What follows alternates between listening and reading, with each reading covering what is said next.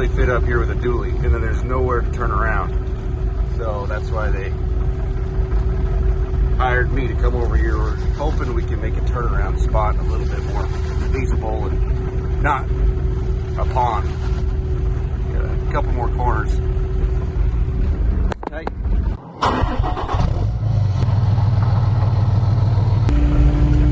All right. I guess technically that's a spot to turn around, but that's the neighbor's driveway. So all they have is to go up to the garage and back into it, or vice versa. That's the only turnaround spot they have besides this lot right here. All right, let's look at the situation. That ditch just overruns, so that needs to be relieved a little bit.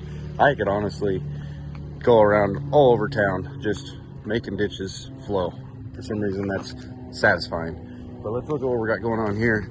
This is across the street from my house. This guy came over and asked if we could bring a bobcat over here to do some dirt work. I thought he just wanted some stuff spread out like stone or something.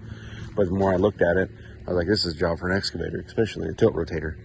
So we need to cut the bank down a little bit to make more turnaround room over there a little bit. I think a car could turn around in here pretty easy, but there's a lot of fluff right there that we can clean up. And then the biggest problem is this drain. All the runoff, it goes into a collector up there, comes down, and it's raining right now. But then it just floods this lot. And right here is actually a low spot. It's tilted back this way, all the way down into there. So I need to get it to tilt the other way, pull stuff off the side, but I needed to get this out of the way right here so I could fit. I don't know why that's there, but sure. All right, the guys remodeling the house just showed up. The boss man of the project is on a different project, and he spoke slightly better English than these guys, but it seems to be pretty simple. They just want to be able to turn around. Just see if the camera can see up there. See their Sprinter van? Yeah, you can kind of see it. They had a like 16-point turnaround right there. But I'm gonna get the head on here. We want to connect into the pipe somewhere up there, and I want to make this even more of a turnaround. I don't want to get too close to that wall for the driveway, but this all looks like it's gravel. Let me see. I got a little stockpile of gravel behind me now, but I want to relieve this so you have even more parking.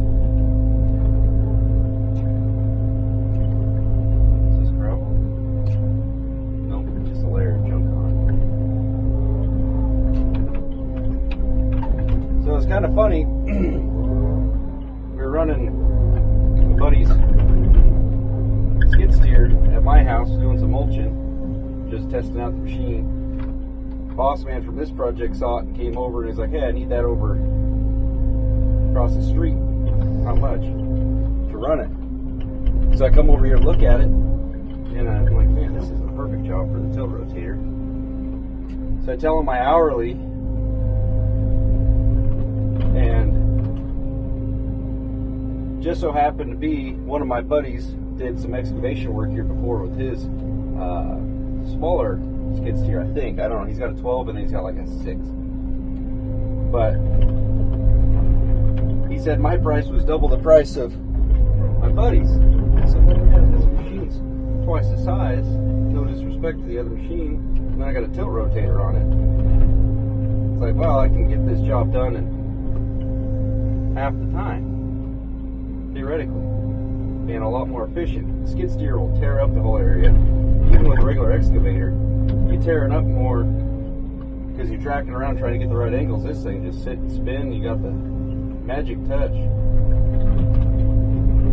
Magic touch. Hopefully we don't end up with a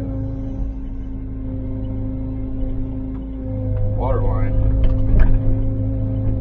Now this looks all like it's filled or just erosion.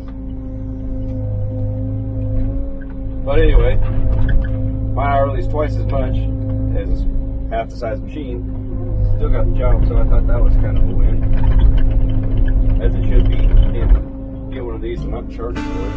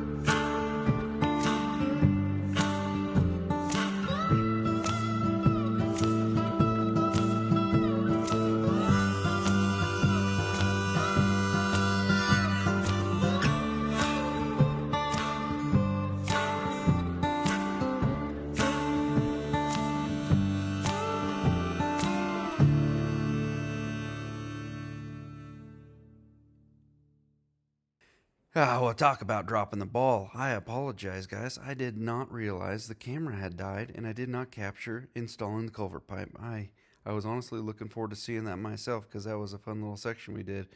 The old culvert that they had, I don't even know if you would call it, just drainage pipe. That thing was just barely on the surface because there's so much rock coming down that bank. So as soon as they hit the rock, they just put the pipe there and put a little bit of dirt on top of it. Whoever originally put that bad boy in. But we were able to cut that thing down into about a foot or more deep into the ground for the new piece, and we used the black roll of corrugated pipe, and they got slits in it. So I didn't really like that idea, but that's what they brought. That's what they wanted to use, so that's what we put in. Going through over here, the whole idea, what I talked to with the foreman of this job, was all the stuff that was eroded and came down and kind of settled at the base of this cut bank. He wanted that taken out of there. So I figured, well, that's going to be easy because it's just going to be, fill. It's If Mother Nature moved it, it's probably not going to have a bunch of big rocks in it that are going to slow me down. So that's why I'm keeping the grading bucket on there. And I want to elaborate on the grading bucket. It's a 52-inch bucket. Now, that's not too extreme, but if you think about it, comparing it to a skid steer, normal skid steer of smaller-ish size that a lot of people have, is running a 72-inch bucket on that. This thing's, honestly, it's pretty close, and you just saw me take over a dozen passes without even tracking anywhere. Quick motion, repetitive, boom, boom, and not hurting, the ground that I just finished grading and stuff like that. I can't express that enough. The one other cool thing, I can reach out probably at the tip of the bucket, probably 24, 25 feet. So in a perfect situation, I'm good for moving dirt pretty quickly, about 40 feet, real quick.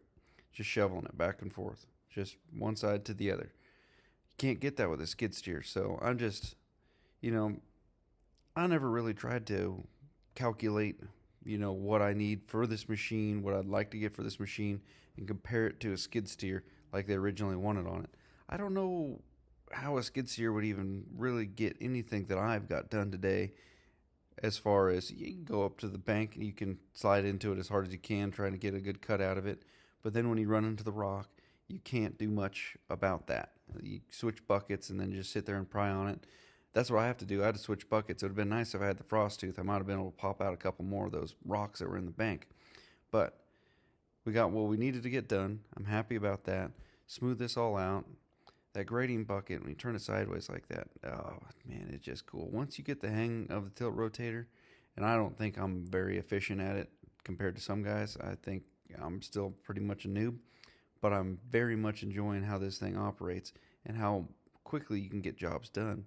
Because even with a regular excavator, my old 080, it had a 36-inch digging bucket. Yeah, you could move some kind of material with it, but it wasn't that deep. This one's deep and holds a lot of volume. Yeah, I got to get rid of this chunk out down in that ditch. Ditches blocked up like that bother me. So we're finishing up for the day. I got there a little bit after 7 and got home about noon. I kind of planned on this job being a 4-hour, half-day kind of a deal. Yeah, they're on the phone with the foreman, just double check and make sure they like everything that I've done. And as far as the discussion went with the foreman the day before on what he expected me to do, I did everything and then some. They had a couple little curveballs that they wanted to knock out, but I do believe the camera's going to run long enough so you can see me track down this little bit of a driveway. My boy got dropped off, so he's going to hang out with me for the rest of the day, and we're going to work on the neighbors on the way home. But just, I think people really, when they hear the price of a tilt rotator, they just don't want to justify, spending that kind of money, because it's really kind of like buying a skid steer and putting it on the end of the excavator stick. That is the price range that these things come in. And getting it set up on a machine and all that, it's pricey. But if you run one, I guarantee you're going to be hooked. And if you're ever in my area, feel free to come on over to the house. I'll let you run this tilt rotator. But just check out this little driveway. There's no turnaround zones anywhere. And down here at the bottom, the neighbor put some blockade so you can't back out in his grass, which it's his grass. I get it. You mess it up, but it kind of sucks. It would be nice if they all pulled together and figured out some kind of a solution so they could have a better turnaround.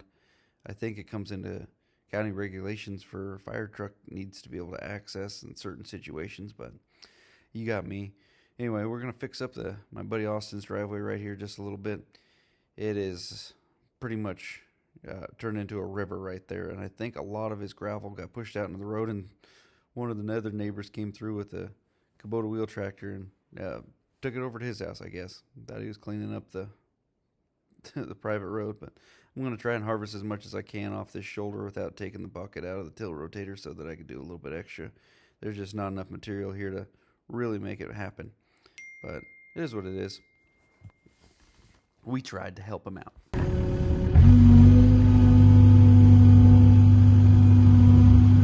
Well, Callahan, that's a wrap. You couldn't turn a car around here, but now you can. That's quite a bit better parking area, and we got some drainage. Just over 4 hours to knock it out. We're on our way. What do you think, boy? You want to go get some tacos? Randy dropped off my boy. We're going to track this old girl back to the house. Thanks for watching. Well, Callahan and I have been working around the house for the last couple hours, and we got everything loaded up for tomorrow's project. While the weather's good, we're gonna work a Saturday and knock this out. Got a couple little mini blocks up there. One mini, and this didn't really work out. Reason why they're on this trailer rather than anything else, limited access to the next job. Just ended up setting them on there rather than put the boards under them like I did before. So we'll unload those, but we're gonna end this video. Just kind of, I think it works out in everybody's favor if you got a machine that's good for the job like today and you can just knock it out in realistically half the time.